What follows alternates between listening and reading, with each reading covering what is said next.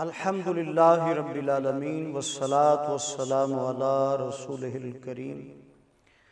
मेरे इंतहाई वाजिबुल क़दर मुअज़्ज़ज़ व मुकर्रम सामीनी किराम, अस्सलामु अलैकुम व रहमतुल्लाहि व बरकातुहू। मेरे आका करीम सल्लल्लाहु अलैहि वसल्लम का ज़माना अक़दस है कि सरकार के ज़माना में सूरज लग गया, सूरज दोहन हो गया, और मेरे आका करीम सल्लल्लाहु अलैहि वसल्लम के ज़माना में जब सूरज लग जाता या चांद लग जाता, सूरज गिरन या चांद गिरन हो जाता, तो आप सल्लल्लाहु अलैहि वसल्लम उस वक़्त खुद भी अल्लाह की बारगाह में झुकते थे और सहाबा को भी अल्लाह की बारगाह में सजदा रेज़ होने का हुक्म देते थे। ये आपका तरीका था। आजकल तो सूरज लग जाए तुम्हारे और ही सूरत-ए-हाल होती है हमारे यहाँ, बल्कि उससे इंजॉय करते हैं हमारे लोग, बाहर निकल कर उसके फ़ोटो लेते हैं। मेरे आका करीम सल्लल्लाहु अलैहि वसल्लम के ज़माने में ये नहीं होता था। सरकार का तरीका ये था कि सूरज लग जाता तो नमाज़े कुसूफ का हुक्म देते, और चांद गिरन हो जाता तो नमाज़े खुसूफ का हुक्म देते। तो सूरज लग जाए तो नमाज़े कुसूफ है, और चांद गोहन हो जाए, चांद गिरन हो जाए तो नमाज़े खुसूफ खा के साथ है। तो खैर मेरे आका करीम सल्लल्लाहु अलैहि वसल्लम के ज़माना में जब सूरज लग गया, सूरज गिरन हो गया, तो आप सल्लल्लाहु अलैहि वसल्लम ने अपने सहाबा को हुक्म दिया। ये बुखारी शरीफ के अंदर लिखा हुआ है।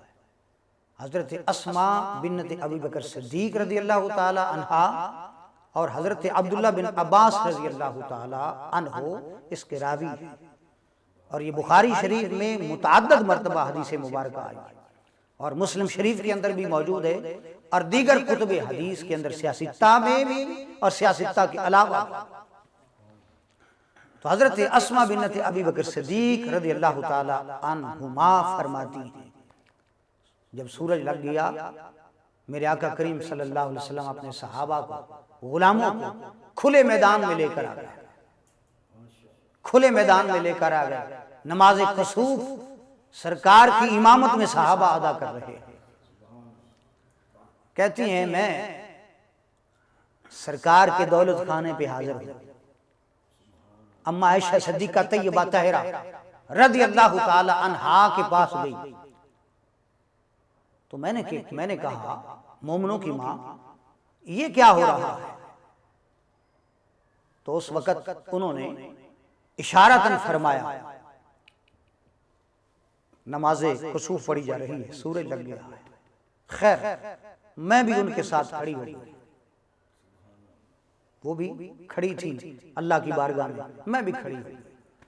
गर्मियों का मौसम था, शदीद गर्मी पड़ रही थी।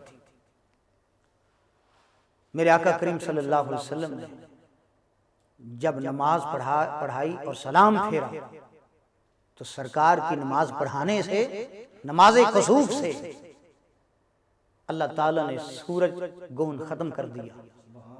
सूरज की रोशनी जाहिर हो गई। रुखे ज़ेबा मेरे आका करीम सल्लल्लाहु अलैहि वसल्लम ने सहाबा की तरफ किया, और सरकार ने सहाबा को खिताब फरमाया। मेरे आका करीम सल्लल्लाहु अलैहि वसल्लम ने फरमाया, राइतुल जन्नत वन नार। ये अल्फाज भी हैं, इसके अलावा अल्फाज भी हैं। मतलब एक है कि मैंने यहां खड़े खड़े हर चीज को देख लिया है, हत्ता कि मैंने जन्नत और दोज़ख को भी देख लिया है। खड़े मदीना शरीफ में हैं, खड़े मदीना शरीफ में हैं, और फरमा रहे हैं हर चीज मुझे अल्लाह ने दिखा दी है, हत्ता कि मैंने जन्नत और दोज़ख को भी देख लिया है।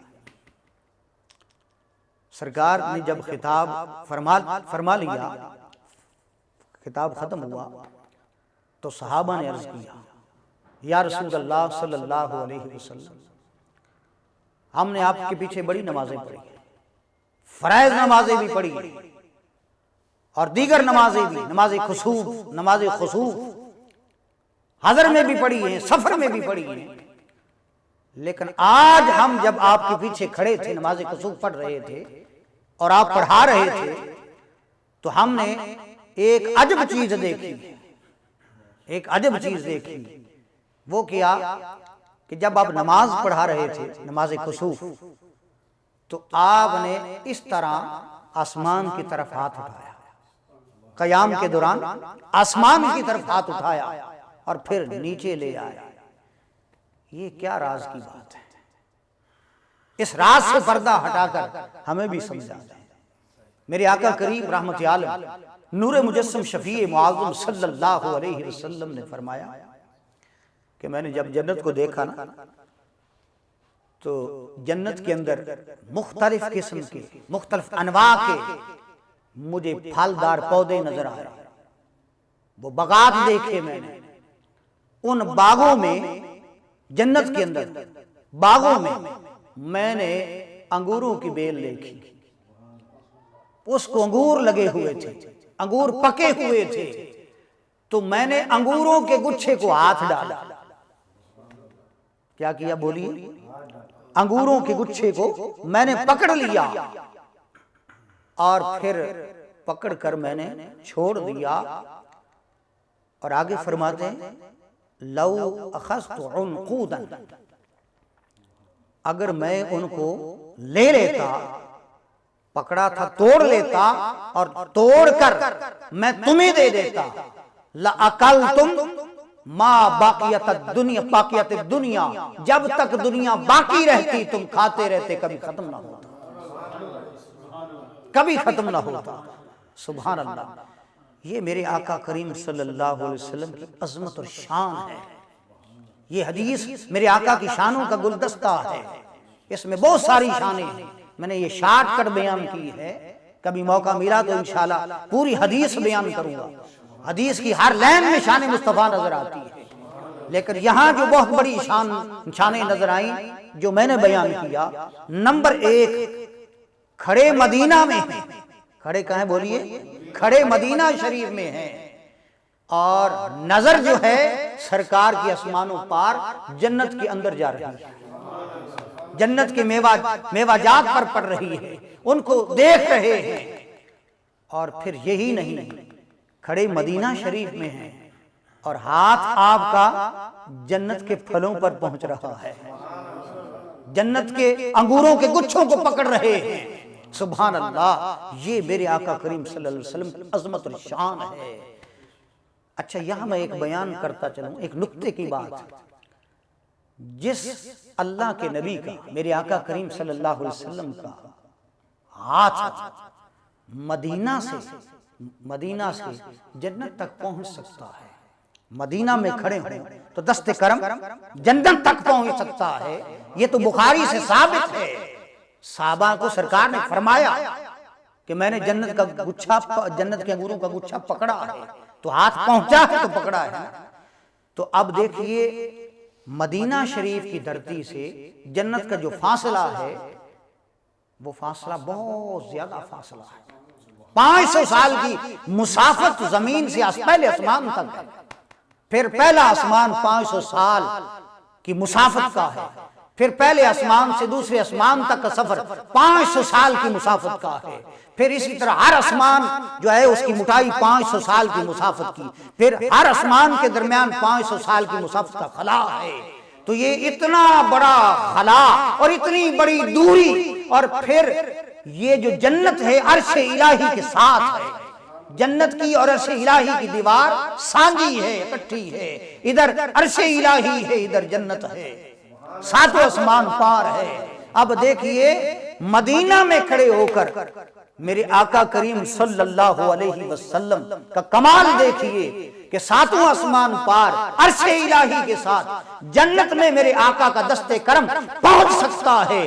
तो ये इतनी दूरी है, इतनी दूरी पर जिस हस्ती का हाथ पहुंच सकता है, खुदा की कसमें रूए जमीन की सारी दूरियां उसके मुकाबला में बिल्कुल थोड़ी है, कोई मुकाबला ही नहीं, उसके मुकाबला में अशरे अशीर है। तो जिस नबी का इतना बड़ा हाथ है और इतनी बड़ी उनकी रसाई है कि जन्नत तक हाथ पहुंच जाए। खुदा की कसम मैं अपने ईमान और विजदान से कहता हूं, हदीस मेरे सामने पड़ी है, उस नबी का हाथ दस्ते करम दुनिया के किसी कोना में भी कोई उस नबी का आशिक पुकारेगा, किसी मुसीबत में होगा, खुदा की कसम वहां भी उसका हाथ मदीना से वहां पहुंच जाएगा। ये मेरे आका का हाथ का कमाल है, सुभान अल्लाह। इमाम बुसीरी तक पहुंचा के नहीं, चादर दी, अल्लाह अकबर। अच्छा, एक और बड़ी नुक्ते की बात समझ में आ गई इस हदीस से कि जब बंदा नमाज पढ़ रहा होता है तो आप ये फिकी मसाइल याद रख रहे हैं, ये फिक के अंदर भी है, हदीस के अंदर भी है, और तमाम आइमा इस पर मुत्तफिक है, बिलखुसूस आइमा अहनाफ, और ये हदीस की रोशनी से बयान कर रहा हूं और फुकहा ने जो लिखा है वो बयान कर रहा हूं कि जब नमाज, आप भी जानते हैं, जब नमाज में बंदा खड़ा होता है तो निगाह कहां होनी चाहिए, बोलिए? सजदे वाली जगह, सजदे वाली जगह पे निगाह होनी चाहिए। और सजदे वाली जगह पे निगाह हो तो बंदा देख नहीं सकता कि इमाम की हरकत और सकनात क्या है, उसने हाथ ऊपर उठाया है या नहीं उठाया, या क्या किया क्या ना किया। सहाबा का ये पूछना कि आका आपने हाथ उठाया फिर नीचे तशरीफ ले आए, ये इस बात पर दलील है कि खड़े वो रब की बारगाह में होते थे लेकिन निगाह मुस्तफा पर होती थी, निगाह मुस्तफा पे होती थी। लोग कहते हैं नबी का ख्याल नमाज में आ जाए तो नमाज टूट जाती है।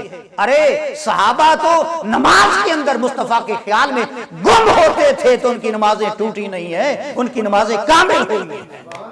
अल्लाह हमें जिंदाबाद जिंदाबाद जिंदाबाद, सुभान अल्लाह। ये चंद बातें थी हुजूर की शान और अजमत के हवाला से, आप तशरीफ लाए, आपका शुक्रिया।